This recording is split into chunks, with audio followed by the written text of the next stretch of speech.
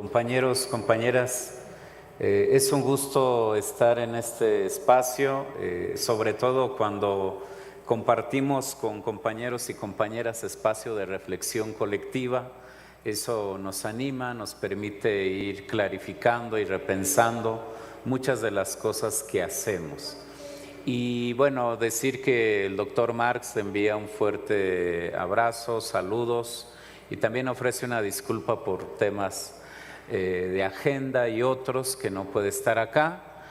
Y bueno, lo que nosotros queremos compartir el día de hoy son algunas provocaciones que nos ayuden justamente a esto que ustedes han trabajado ya en estos días. El título es un referente, pero sí quisiera tal vez detener un momento en esto de reflexionar. Reflexionar es esencialmente pararse, detenerse y volver a mirar. El problema con nuestro tiempo es que eso casi nunca ocurre. Pero en el magisterio no nos podemos dar el lujo de ir como máquinas desarrollando procesos cualesquiera que sea. Es necesario entonces vivir momentos de reflexión para pensar por qué hago lo que hago, por qué lo hice de esa forma y no de otra. Eso tiene que ver, insisto, con esta perspectiva de reinventar. Bueno, entonces lo que voy a plantear a forma de provocación es, y siguiendo esta línea, escuché un poco el panel anterior, ¿cómo es que nos humanizamos las personas? ¿Cómo es que desde mi praxis puedo coadyuvar en esta necesaria humanización? Pero antes de entrar en materia, de nuevo preguntar, ¿en qué tiempo vivimos? ¿Cuál es el tiempo que nos tocó vivir a esta generación? Ya escribió Paulo Freire, Piaget, Vygotsky, quien ustedes nombren. Ya hicieron lectura de su realidad, de la educación y desde las perspectivas que se perseguían en esos tiempos. Pero nosotros, ¿qué diremos? Lo primero para decir es hacer una lectura de la realidad. No es cualquier tiempo. Estamos en un tiempo, dicen algunos, del usar y tirar. Usar y tirar. Casi en todo. Estos aparatos son una muestra clara del usar y tirar. Al rato aparece otra versión, otra marca, etcétera. Pero eso también se está dando en las relaciones. ¿Y eso humaniza o deshumaniza? Y nuestra praxis, es decir, lo que yo hago con mis estudiantes, con mis compañeros, con las familias, ¿humaniza o deshumaniza? ¿Cómo me ven a mí? ¿Construyo comunidad o no construyo comunidad? Me parece que esas son las preguntas que hoy deben girar, más allá de que si los materiales, nosotros estamos en la dirección de materiales educativos con esos libros que el año pasado eran muy cuestionados y que recientemente otra vez salen por ahí algunas voces. Pero antes de pensar eso, compañeros, compañeras, humanizarnos, al ratito vamos a explicar un poco esa parte. Yo quiero ubicar solamente esas dos frases, pensamientos, que nos ayudan un poco a ubicarnos en el tiempo que nos tocó vivir. Ya deseamos usar y tirar, algunos otros le llaman la era del vacío, y hay otros filósofos que están pensando por qué actuamos así.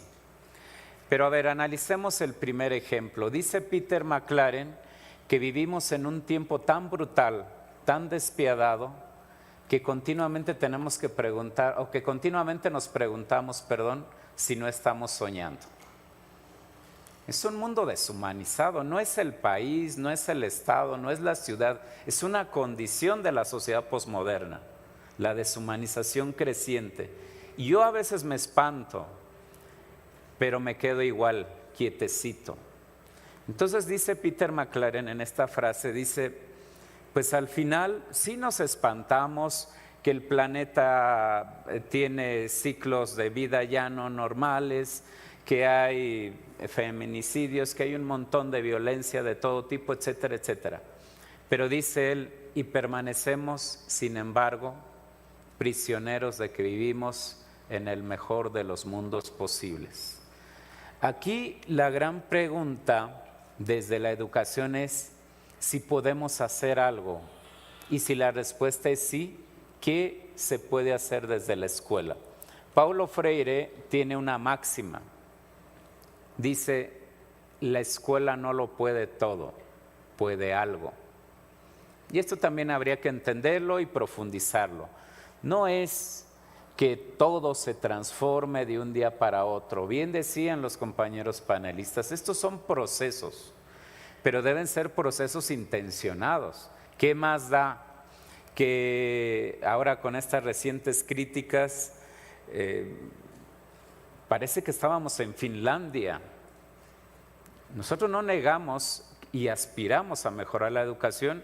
Ahí está un fundamento de la nueva escuela mexicana. Habría que revisar y leer la justificación de por qué la nueva escuela mexicana plantea el trabajo por proyectos. ¿Cuál es el fin o el fundamento del trabajo por proyectos? Aprendizaje situado. Esta es una gran teoría y este es un planteamiento incluso mundial.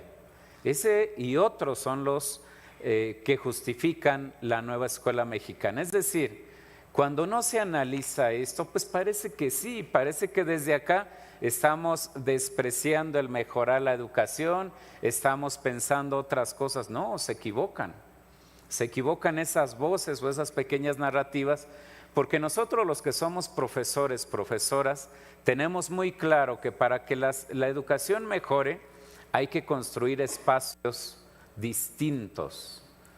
Podríamos llamarle atmósferas comunitarias o podríamos llamar comunidades de diálogo, pero eso implica cierta praxis, no es una donación, no es algo natural. La siguiente frase es de Eduardo Galeano y tiene que ver también con este análisis de cuando decimos, y sobre todo los jóvenes, hay que vivir aquí y el ahora. Está bien, hay que vivir aquí y el ahora. Pero cuando se toma así tal cual, tan literal, se olvida que tienes un pasado, memoria histórica, y también no te permite visualizar otro futuro, porque tú estás viviendo el aquí y el ahora. Es válido, pero en el sentido, insisto, plano, podría ocurrir eso. Por eso las juventudes tienen tantos problemas en imaginar otras cosas y terminan reproduciendo patrones, TikTok y todas las redes sociales que existen. Entonces, ojo, yo por eso digo, no vivimos en cualquier tiempo y por tanto la educación no es la misma, ni debe ser la misma. Hoy tenemos otras condiciones.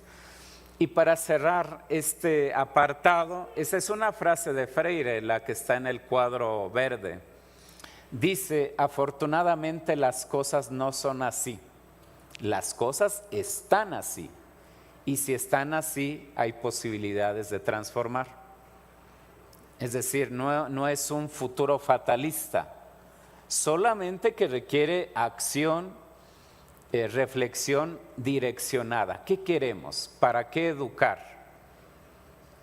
Insisto, yo cuando doy mis clases, a veces nos perdemos en las grandes teorías y son interesantes, válidas, pero a ver nosotros, ¿para qué queremos educar? ¿Cuál es el imaginario que tenemos con estos jóvenes, con estos niños, con estos adultos en el caso de maestría, doctorado?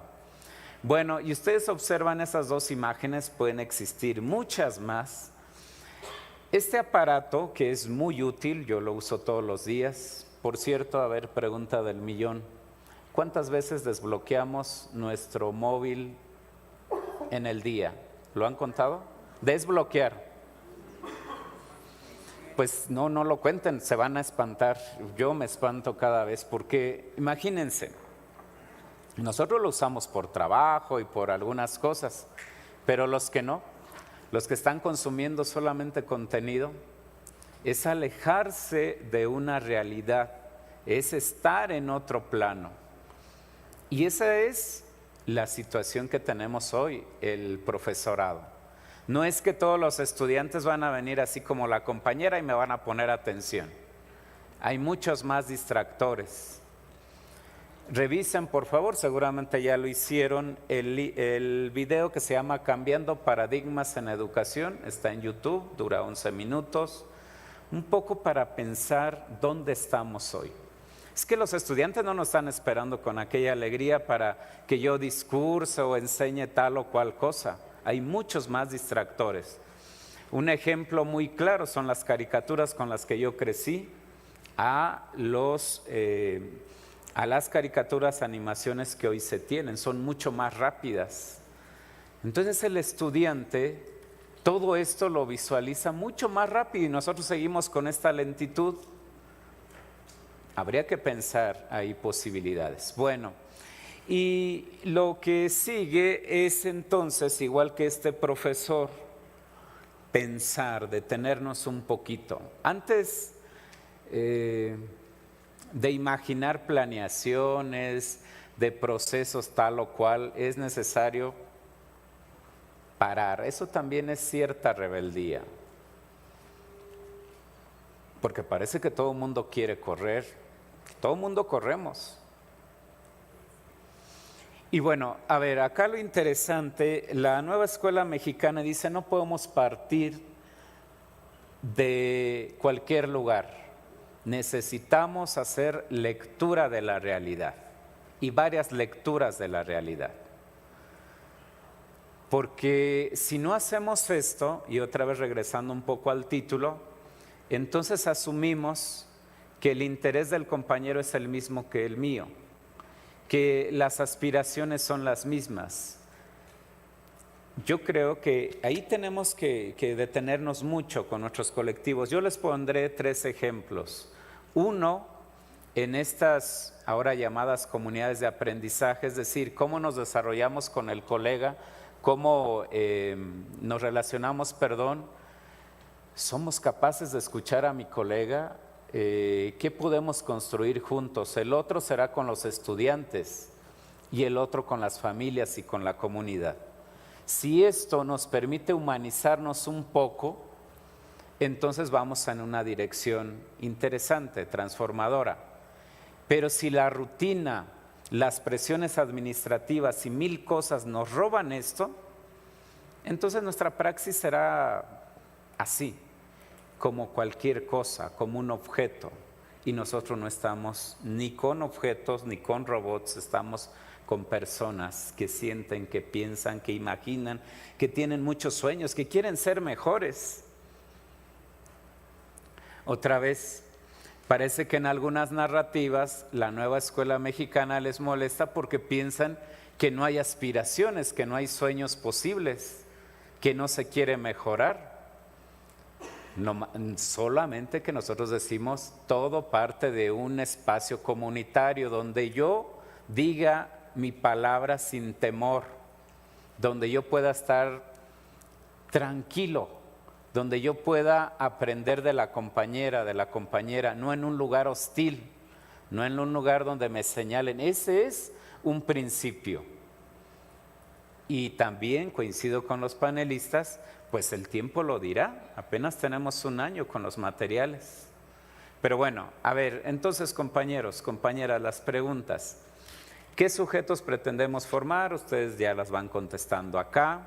¿Cuál es mi opción política, ética y pedagógica? Diría Paulo Freire. Lo político no se refiere a partidos políticos, es el sentido amplio de lo político. ¿Cuál es mi opción? Y si yo tengo muy clara cuál es mi opción política, ética y pedagógica, la siguiente pregunta sería, ¿y soy congruente con esa opción? ¿O vengo y digo una cosa acá y hago otra con mis compañeros, compañeras, con las familias, con los estudiantes? La otra podría decir, ¿qué subjetividades forma mi praxis? Es decir, híjole, es que no solo basta con enseñar una lección, sino qué subjetividades formo con estos estudiantes que hoy en este ciclo escolar me toca compartir. Subjetividades, cómo reaccionan después de la escuela. A ver, hagamos un ejercicio, vayamos al centro de Toluca o a cualquier espacio público y ubiquemos a la juventud. Revisemos si tienen iniciativa, ganas de hacer cierta o cual cosa, o están esperando que alguien les diga, que alguien los convoque y que alguien les diga incluso cómo y qué hacer. Esas son subjetividades sumisas. Si lo primero hoy está caminando así, es decir, tenemos juventudes entusiastas, constructivas, propositivas, entonces vamos en una dirección correcta. Pero si nos está costando cada vez más el pensar en colectivo, es decir, poner en perspectiva el ego, Luis Miguel está aquí, pero aquí estoy con un grupo de compañeros y compañeras que compartimos un tiempo-espacio. Yo no digo que vamos a ser amigos o los grandes amigos. Lo que quiero decir que así como en su colonia, en su comunidad, en su escuela, compartimos un territorio, compartimos algunas cosas. Entonces habría que decir si Luis Miguel, cuando tiene un montón de reglamentos en la escuela, en su aula, ¿qué subjetividades forma? Cuando mis estudiantes llegan constantemente y me preguntan, profe, ¿voy bien? ¿De este color? ¿Así, profe? Y entonces me agobian porque son muchas preguntas. ¿Qué quiere decir? Que son subjetividades sumisas, dependientes, incluso temerosas. No todo, yo estoy yendo a un lugar un poco para seguir pensando. No quiere decir que sea una generalidad. Pero esa es una buena muestra para entonces decir qué soy como profesor, no solo qué enseño, eso a veces es más fácil, pero qué subjetividades formamos. Mis estudiantes tienen esta característica de ser solidarios, de ser empáticos, de querer ayudarle al compañero o a la compañera, o siguen con una actitud de pues cada quien. Esas son subjetividades, insisto, que habría que pensar. Y lo otro son estas grandes preguntas que Freire nos hacía: ¿a favor de qué educamos? ¿Y en contra de qué educamos? Y alguien dirá, híjole, pero ¿por qué en contra? Claro, en contra de la discriminación, de la violencia, de muchas cosas que nos deshumanizan. Vivimos, insisto, en un tiempo muy complejo, muy difícil. La violencia, que no solo es física, que esa la conocemos bien, está muy clara en muchos lugares. Violencia simbólica. La violencia directa pues la conozco yo muy bien. Cuando me dan un golpe, esa es violencia simbólica, violencia directa. Pero la violencia simbólica es aquella que te convence que calladita te ves más bonita. Es aquella que no te permite ser, que no te permite pensar, que no te permite decir. Y esas son las situaciones que encontramos en la clase o en los CTs o en las comunidades de aprendizaje. Y entonces, ¿qué sentido tiene que yo le diga, pues compañera, hoy estamos en otros tiempos, aquí tiene la palabra? Muchos se espantan, ¿y qué digo? ¿Y si lo que digo está mal? ¿Y si me juzgan? No, mejor no digo nada. Es decir, esas son violencias simbólicas que existen. Bueno, en fin, y cierro esta diapositiva para preguntarnos, esto es bien interesante, ¿qué estoy haciendo con la autonomía profesional? ¿Me complica más la vida? Si nos complica más la vida, pues no estamos entendiendo la nueva escuela mexicana. Nos debería de facilitar y clarificar y por fin, como política pública, direccionar y acelerar ciertos procesos. Aquí, ojo, el problema es que para ser autónomos primero tenemos que decidir. O sea, la autonomía no se da por obra de alguien. Yo decido primero para ser autónomo. Bueno, y pasamos, yo sé que hay otras preguntas ahí, pero esto es interesante que se parta de la pregunta. Recuerden una máxima: la educación no fue, no es, ni será nunca neutra. Es a favor de algo y en contra de algo. Aquí la cosa es a favor de qué es hoy, ¿no? En fin, ok, y esto es un poco el resumen. Yo sé que es mucho texto, estas diapositivas yo se las dejo con mucho gusto para que puedan profundizar, debatir incluso. Pero lo interesante acá es que la nueva escuela mexicana, sus materiales, nos ha regresado la voz al profesorado, voz y decisión. Aquí el problema es que muchos todavía no se atreven a tomarla o están esperando, no, el balón está en tu cancha, compañero, compañera. Eso también tiene que ver con valorización, no solamente lo económico. Esto tiene que ver con que creo en el compañero, porque fue una normal, porque se prepara, porque intenta, porque la experiencia, etcétera, etcétera. Por eso les damos el balón, si así fuera el discurso. Ahora, ¿qué hago yo con ese balón? Entonces, lo interesante, compañeros, compañeras, es nuevamente clarificar mi horizonte. Y ahí tenemos una cita muy larga de Peter McLaren, pero que indica esto que hoy se está discutiendo, no solo en este foro, sino en muchos otros. Una pedagogía distinta, una pedagogía o varias pedagogías que de a poco, de a mucho, según el proceso, nos humanicen. Pero yo, ¿cómo voy a decir que estoy humanizando si no permito que el compañero hable? O si le doy el avión cuando habla. Eso me han contado que se vive en ciertos matrimonios, ¿verdad? O con algunas parejas, pero no sabría. Lo que quiero decir es que aquí no se trata de simular que yo escucho al compañero y compañera o darle el avión. Se trata verdaderamente de pensar que entre nosotros tres, aunque tengamos, y eso es muy valioso, perspectivas distintas, compartimos una escuela, compartimos un territorio y por tanto podemos hacer algo. Bueno, en fin, ¿qué pasa? Ustedes, somos humanos, ¿verdad? Esa es una realidad, inconclusos, históricos, etcétera. En muchos lugares son humanos, pero no están humanizados. Sí se han espantado de las cosas que pasan, ¿verdad? Lo que está pasando en Palestina, que poco se dice, lo que pasa en otros territorios, lo que pasa en nuestro país, en mi estado, yo soy de Michoacán, en muchos lugares. Es decir, faltan procesos de humanización y la escuela y nuestra praxis puede coadyuvar en este proceso.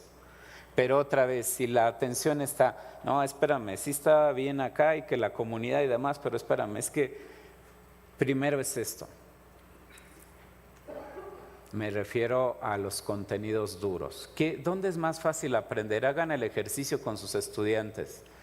Los que están estudiando hagan una investigación y pregunten si la escuela donde van esos niños, esos jóvenes les gusta. Y si les gusta, ¿por qué les gusta? Y si no, también. Para entonces que este discurso del diálogo también sea real con ellos. Bueno, solamente voy a leer una parte. Dice, una pedagogía de esperanza que muestra que al construir al otro, tercer renglón, nos volvemos completamente relacionados con el otro. Una pedagogía que nos enseña que al deshumanizar al otro, nos deshumanizamos a nosotros mismos.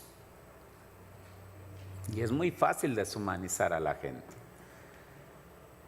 Insisto, violencia directa, violencia simbólica, y hay otros tipos de violencia, pero pensemos en esas dos. De por sí que tenemos muchas realidades en el país, somos una nación de naciones con muchos temas por resolver y a veces el profesor, la profesora le da el último empujón al estudiante que de por sí ya tiene un mundo de problemas. Y al que le va bien y al que tiene una familia y que todavía lo apapachamos más y qué bueno, o sea, eso es excelente, pero habría que voltear a los otros y a las otras, porque si no también somos parte de esta deshumanización, es decir, darwinismo social, darwinismo pedagógico, unos sí, otros no. Este es un planteamiento, insisto, que lo tenemos que reflexionar a profundidad desde la nueva escuela mexicana. Y fíjense que vamos a empezar a llegar ya a lo concreto. Yo decía, por lo menos en tres momentos. 1, con el profesorado; 2, con los estudiantes; y 3, con las familias y con las comunidades. Pero antes de llegar a esa parte, habría que preguntarnos si nuestra praxis, por cierto, la praxis es la reflexión, acción de lo que yo hago para transformarlo. No es práctica educativa, es praxis. Repito, es la reflexión, acción de lo que yo hago para transformarlo. Tampoco es para que me quede inmóvil, espantado, sino para accionar de forma distinta. Y bueno, fíjense que en esta flor, que ustedes la conocen muy bien, que es de la nueva escuela mexicana, de alguna forma se resume esto que se le ha nombrado el humanismo mexicano. Es decir, los 7 ejes articuladores tienen esa condición de imaginar, reimaginar otro tipo de sujeto, con otra perspectiva. No es magia, es un proceso, ya el tiempo dirá, pero es una dirección distinta. Entonces acá lo interesante, ustedes observan a Paulo Freire, es que justamente nos dice Freire, nosotros no somos, estamos siendo.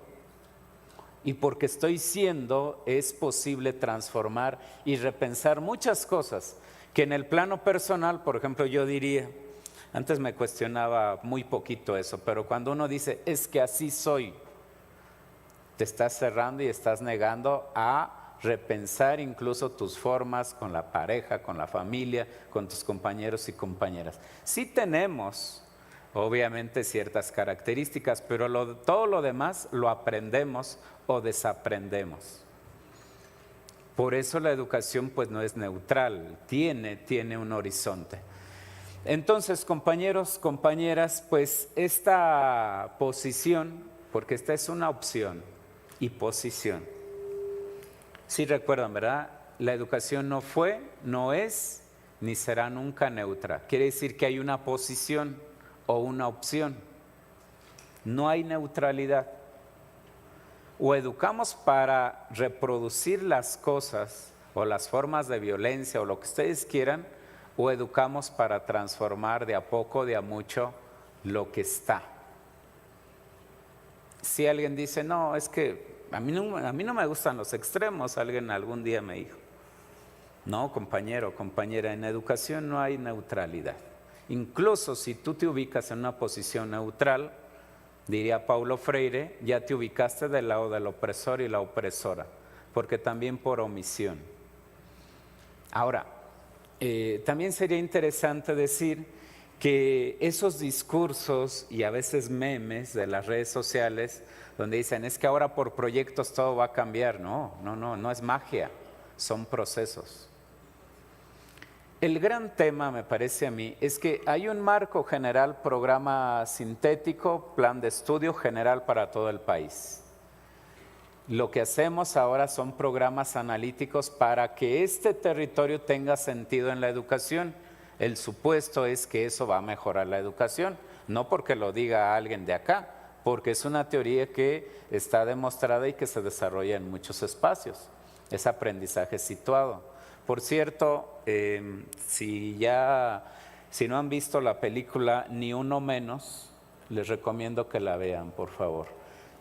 Yo sé que con todos los elementos del cine y el romanticismo y lo que quieran, pero hay una muestra de aprendizaje situado, de educación por proyectos, de comunidad, de sueños posibles. Es un buen ejemplo para sensibilizarnos, nunca como recetas. Recuerden otra vez, Freire siempre planteó el maestro sin recetas.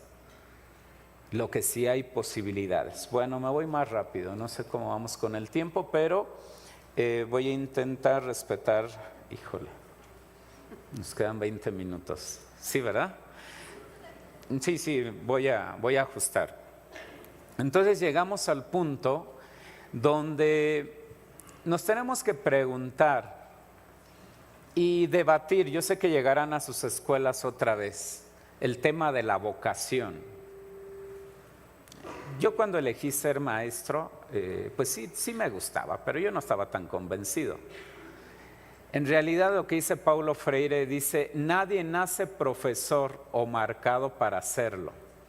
El profesor y la profesora se forma en la reflexión constante. Sí tenemos un marco referencial, por supuesto, pero lo que nos hace verdaderamente profesores y profesoras es el día a día, el reflexionar, el decir, híjole, creo que con este proyecto me quedé muy corto, o creo que hoy los estudiantes estaban muy tristes, muy callados. ¿Qué pasó en su territorio? Hoy estaban muy alegres y mi planeación era muy fría, tal vez muy concreta. Por cierto, eso de la planeación lo tendríamos que seguir discutiendo, porque la planeación parece de este lado, la imaginamos, la pensamos, y acá está el final, y parece que vamos a hacer esto en línea recta.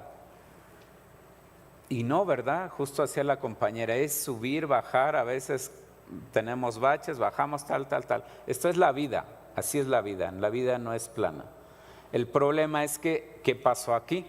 Eso se llama sistematizar y eso tiene que ver con la praxis pedagógica. Es decir, yo no digo, pues 5, 6, 7, 10, 9. No, ¿por qué pasó lo que pasó? Es decir, ¿qué movió para que la compañera, el compañero tenga una nota diferente que el otro y la otra? Eso se llama sistematización. Bueno, compañeros, compañeras, vamos a llegar a los ejemplos solamente con esta frase. Yo soy en la medida que los otros también sean. Ojo, estamos en un verdadero desafío. Esto no es simple. Pues imagínense que ahora el planteamiento es sí, formemos comunidades de aprendizaje, pero yo poco tolero al compañero y a la compañera. ¿Y qué va a decir? ¿Y desde dónde lo va a decir? Entonces tenemos un gran reto, es un gran desafío, es una deconstrucción importante, es poner el ego en perspectiva y abrir mucho el sentido para decir, a ver, ¿qué está intentando decir el compañero? ¿Y qué de eso puede aportar a este propósito común? Otra vez, por lo menos 5 o 6 horas estamos en la escuela, por todo un ciclo escolar. ¿Cómo queremos la vida? ¿De martirio, de enojarnos, de medio? O por lo menos tener clara la ruta. Ese es el gran desafío, pero bueno, pues yo sé que no es tan fácil. Ahora llegamos ya al punto, al primer ejemplo, con los profesores. Hoy hay una propuesta que emerge desde la Dirección de Materiales Educativos que se llaman fogatas freirianas. Una colección de los libros de Paulo Freire, 18, para que el profesorado haga lectura, escriba, tal. Ok, pero regresemos al origen. A ver, compañeros, compañeras, yo sé que a ustedes les gusta mucho leer. ¿De qué comunidad hablamos? Es decir, en el origen de la concepción de comunidad, pudiera estar en Europa, pudiera estar en los pueblos originarios. ¿De qué comunidad hablamos nosotros? ¿Y cómo es esa comunidad? Bueno, ya la contestamos, palomita. Siguiente pregunta, ¿esa comunidad o esa idea de comunidad se traslada mecánicamente a la escuela? Es decir, ¿se puede hacer comunidad en la escuela? Insisto, primero resolvamos de qué comunidad hablamos y después si eso es posible trasladarlo con mi colectivo magisterial, que por cierto hoy se reunieron en el país. ¿Qué se hace en los viernes de fin de mes? Ajá, sí, pero ¿qué se hace ahí? ¿Se toma decisiones? Entonces vamos bien. ¿Pero es la decisión del directivo o sí es consensada? O a veces ya estamos tan cansados que decimos, pues sí, ya para que se acabe, sí, voto a favor y nos vamos. Cuando se llega a la votación, ojalá que exista el tiempo para dar un ejemplo, En la votación siempre existe, si se llega muy pronto a la votación, el sentimiento de ganadores y perdedores. Y en un proyecto no puede existir eso, se debe agotar todas las herramientas para intentar llegar a consensos. Sí hay disensos, por supuesto, somos diversos, pero si nosotros por el tiempo, por lo que sea, decimos, no, pues ya mejor a votación, ganan ellos y pierden acá. Pues ya medio nos sumamos, pero bueno, no tan convencidos. Entonces, compañeros, yo ahí les dejo alguna serie de reflexiones en cuanto a la comunidad. ¿Qué será comunidad? Y si realmente estamos en un espacio comunitario, las cosas deberían de fluir. A ver, una característica de la comunidad, cualquier comunidad que se imaginen, por favor, una característica. Desde allá puede, ¿cuál? Compartir, ¿qué más? Comunicación. Ok, todas esas. ¿Saben cuál es la más importante? Sentido de pertenencia. O sea, si existe eso, todo lo demás va a fluir. Si no existe eso, entonces voy a decir, pues hay que le siga el director, hay que le siga el profe, ¿no? Porque nunca me tomó en cuenta a mí, porque hizo como que me escuchaba. Insisto, eso se vive en otros espacios, en otras relaciones, pero en la escuela no. Por cierto, a ver, esa frase última, esa es de Anne Sharp, de Filosofía para Niños, y me parece que resume muchas cosas. La comunidad evoca un espíritu de cooperación, de cuidado, de confianza, de seguridad y de propósito común, dictada por la necesidad de transformar lo que es intrigante, problemático o confuso. Otra vez, yo creo que la esencia, vamos cerrando, de esta idea de comunidad es fortalecer el sentido de pertenencia. ¿Con qué herramientas? Las que ustedes construyen. No hay recetas, no hay un único camino. Porque alguien dice, sí, todo muy bien, pero dime cómo. No, pues yo no conozco tu territorio. Yo me imagino lo que pasa en tu territorio. Hay que construir herramientas, compañeros, compañeras, que nos permitan pasar de un estado al otro. Esto no es magia, no es donación y tampoco es por buena voluntad. En el proceso educativo siempre hay que pensar también con herramientas. Hay muchas. Bueno, y vamos a la siguiente. Esto es con los estudiantes. Yo trabajo en telesecundaria. En estos nuevos libros de texto tenemos un apartado que se llama Semana de Inicio. ¿Cuál es la semana de inicio o la esencia? Diría Paulo Freire, ¿qué hacemos el primer día de clase? Yo voy a citar acá a algunos compañeros que me dieron clase en maestría o en doctorado, al fin que no están, y ellos llegaban con una arrogancia. A ver, nos saludaban por obvias razones y de inmediato las reglas del juego, ¿no? Participación, tanto por ciento, tal. Y rápido a leer el programa y tal. Y decía Paulo Freire, ¿qué hacemos el primer día de clase?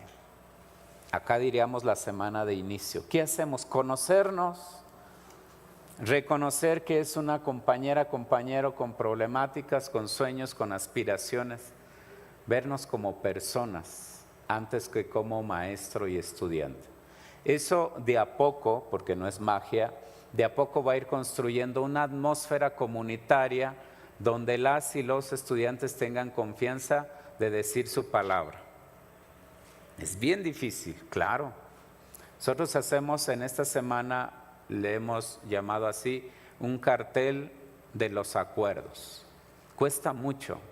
Y queda plasmado arriba del pizarrón, del pintarrón, y de forma simbólica lo firmamos. Y entonces eso en algún momento suprime al reglamento, porque lo acordamos, lo discutimos. ¿Cómo queremos estar en esta escuela? ¿Cómo queremos estar en esta aula? Vamos a estar muchos días ahí. ¿Cómo queremos nombrarnos? Bueno, tarea para ustedes. Tal vez hay que leer estos textos de encuentro intergeneracional. Acá están los adultos y acá están los niños, los adolescentes. Hay una diferencia, ustedes ya lo decían, el panel anterior, no solo las redes sociales, muchas cosas que ellos dominan y que a nosotros nos ha costado un poco, algunos más. Pero también en intereses, incluso en la música que escuchan, hay un encuentro y choque intergeneracional. ¿Cómo resolvemos eso? O hago como que no escucho, como que no veo. Y entonces yo, desde una visión, otra vez desde el adulto, digo cómo debe ser la vida. Y entonces, ¿qué se crea en los estudiantes? Pues sí, un sentimiento de, bueno, hay que le vaya bien al profe. Y lo otro, habría que leer a Marco Raúl Mejía con este planteamiento de negociación cultural. Eso también es bien importante en una nación de naciones, porque parece que solamente una forma de vida es la valiosa. A ver, reflexionemos. Una cosmovisión es una forma de ser, de estar, pensar y nombrar este mundo. Aquí hay muchas cosmovisiones, en el Estado de México hay pueblos originarios. Pero incluso en nuestras realidades tenemos y asumimos diferente cosmovisión. ¿Cómo nos ponemos de acuerdo? Por eso el acuerdo es tan importante en estos procesos. Los proyectos no se hacen por decreto, son producto de acuerdos.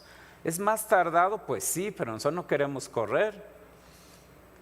Hay un libro que yo les recomiendo y que seguramente ya le han dado muchas vueltas, se llama Pedagogía del Caracol. Es un libro italiano que nos recuerda otra vez cuál es el sentido de la educación, por qué correr. O desde el sur también se manejan principios como caminar preguntando, no caminar solo, menos correr.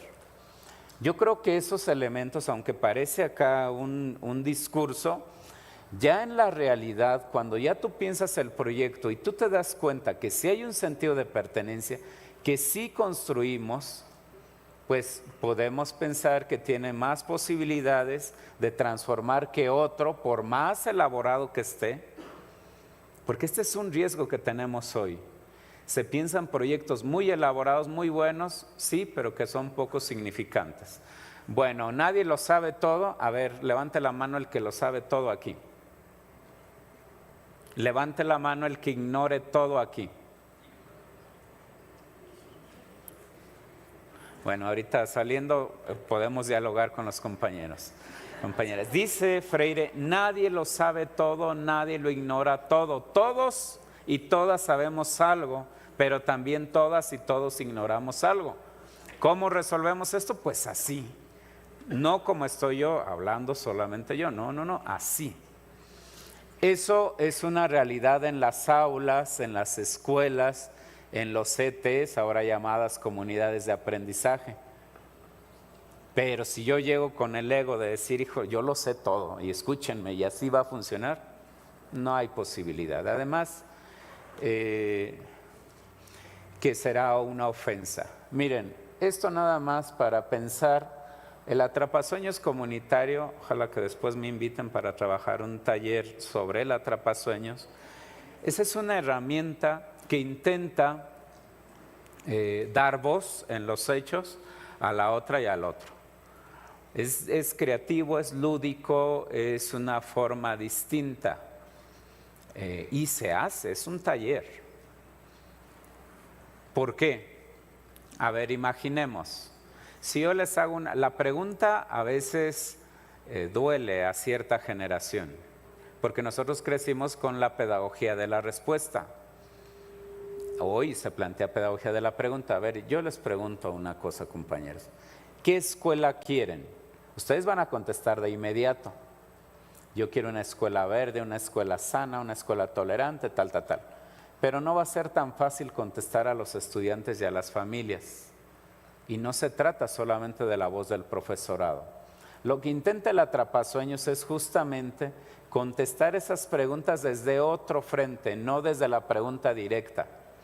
Y que él imagine, que ella imagine qué escuela quiere. Segunda pregunta, yo ya decidí que quiero una escuela verde. ¿Qué va a hacer Luis Miguel para que esa escuela esté verde? No qué va a hacer el compañero, no, Luis Miguel, porque él lo decidió. Nadie lo presionó, nadie le orientó, él lo decidió. ¿Qué va a hacer? Plantar 1000 árboles, digo yo. Pues no, no es cierto, no. ¿Dónde los voy a conseguir? Plantar un árbol, eso sí puede ser. La siguiente sería, ¿cuándo va a plantar ese árbol? Pues el 15 de febrero o el día del árbol. Siguiente, ¿cómo va a cuidar su propuesta, es decir, ese árbol? Pues regándolo, alimentándolo, tal. Y hay una diversidad de escuelas que al último llegaremos a un acuerdo. Y entonces las familias pues se van a sentir comprometidos. Aquí hay un tema de corresponsabilidad. La ANEM y los proyectos tienen que ver con la corresponsabilidad. Pero si yo solamente pienso la escuela que quiero, va a ser difícil. Compañeros, compañeras, vamos cerrando. Lo único que yo diría para el cierre de esta sesión, que me dio mucho gusto compartir con ustedes, es que también hoy vivimos procesos de, todavía por supuesto, porque estas son herencias, de competir. Yo digo que está bien de repente en ciertos espacios, pero en las escuelas, en las aulas, ¿qué nos ha dejado eso? ¿Somos Finlandia? ¿Somos tal o cual país que se admire?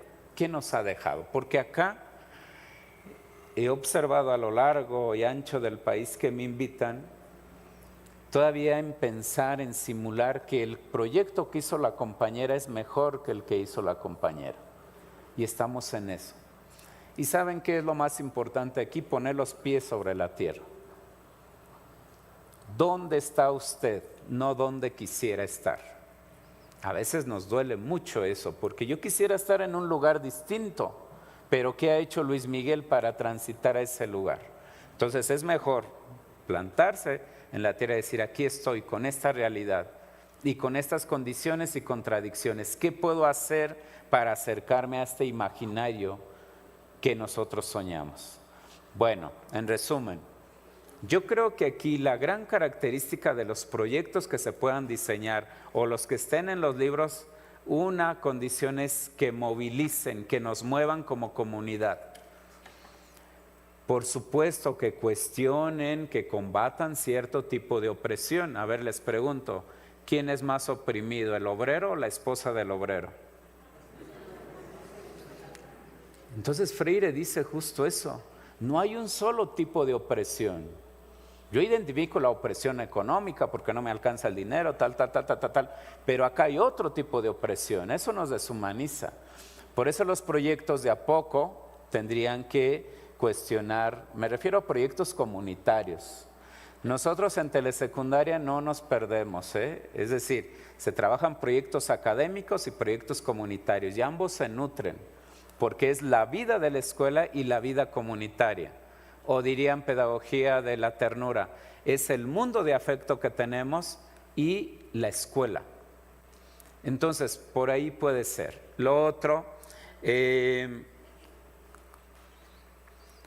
yo creo que hoy estamos obligados, en el título de la invitación decía algo así como perspectivas del futuro o algo así, ¿no? ¿Qué sigue? Yo creo que reinventar la praxis tiene que ver también con entender de otra forma lo que hacemos. Por supuesto, es una redundancia. Pero ahí tienen dos imágenes. Una donde la compañera está con aparentemente dos mundos, el mundo académico y el mundo comunitario. Si esto lo trasladamos a los proyectos, en el ejemplo de telesecundaria, pudiera ser que yo tengo dos balones acá. yo fallaría de inmediato porque estaría cuidando uno y se me cae. Y lo que tratamos con esta perspectiva de reinventar nuestra praxis es que debemos empezar a tejer, enseñarnos a tejer lo académico y lo comunitario. Es inevitable, compañeros. Al estudiante no se le olvida, no pierde su esencia de familia y comunidad, tampoco su mundo de afecto.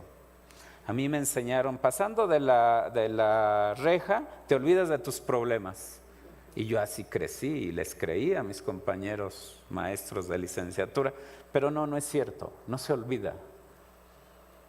Lo que tendríamos que hacer como esa escuela no se convierte en un lugar más hostil y más agresivo, sino un lugar con cierta esperanza. En fin, pues aquí están los retos. Dice Paulo Freire, el educador y la educadora es también un artista.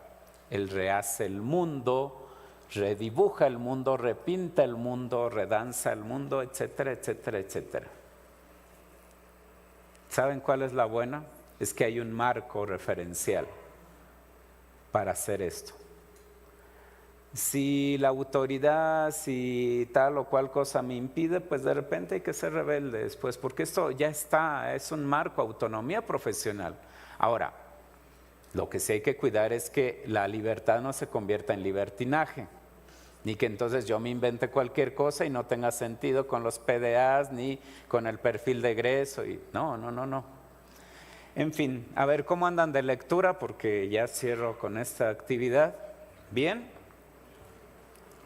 Vamos a leer en voz alta, no esto, la que sigue, intentando hacer comunidad, es decir, ser empáticos, intentar llevar el mismo ritmo, la misma entonación. Pero antes, esta diapositiva es para que se trabaje con sus colectivos, con sus compañeros.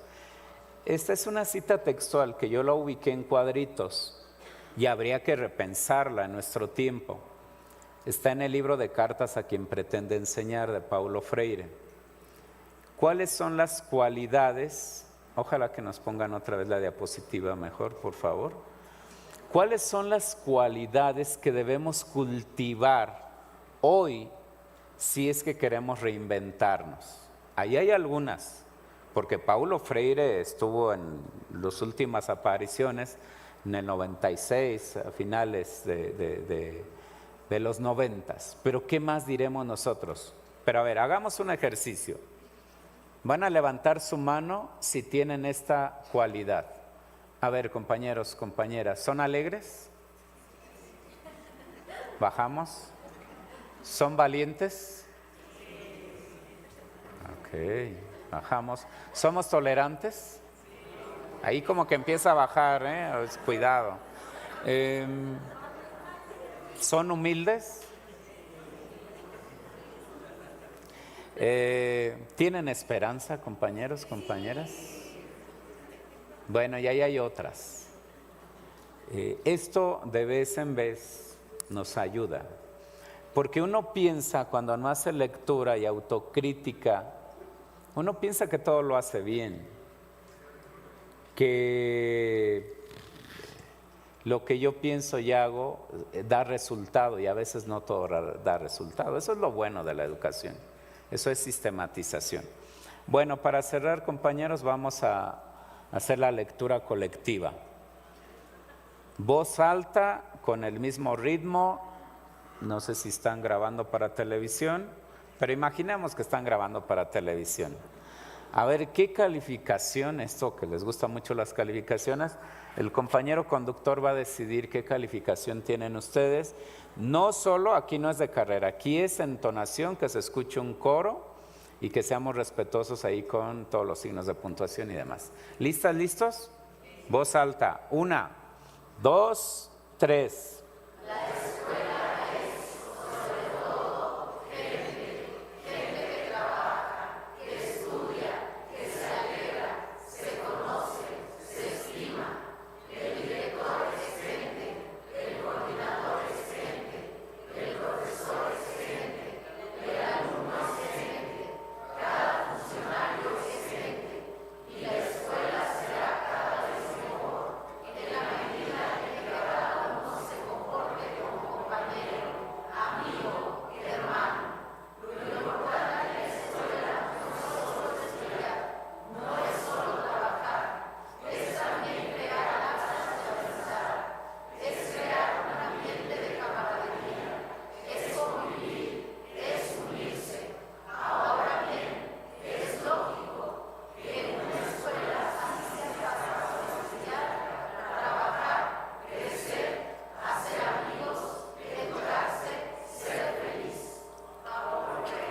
Muy bien, fuerte el aplauso para ustedes, compañeras, compañeros.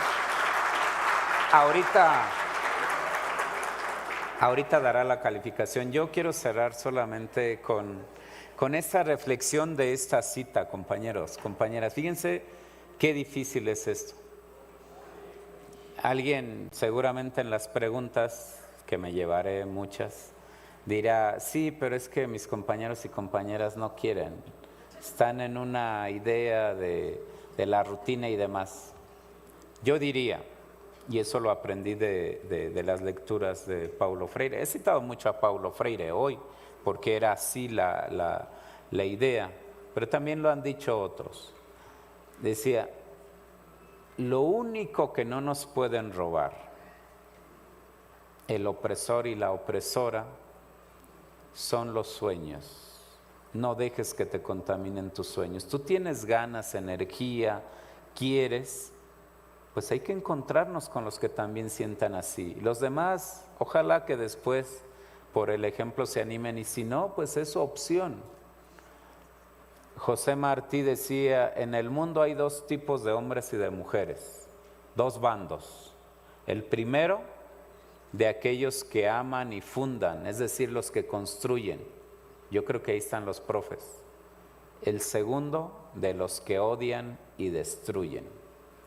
Es momento de construir, de transformar. Esto no es una donación, no es un buen deseo. Alguien decía, híjole, es que es muy voluntarista el discurso.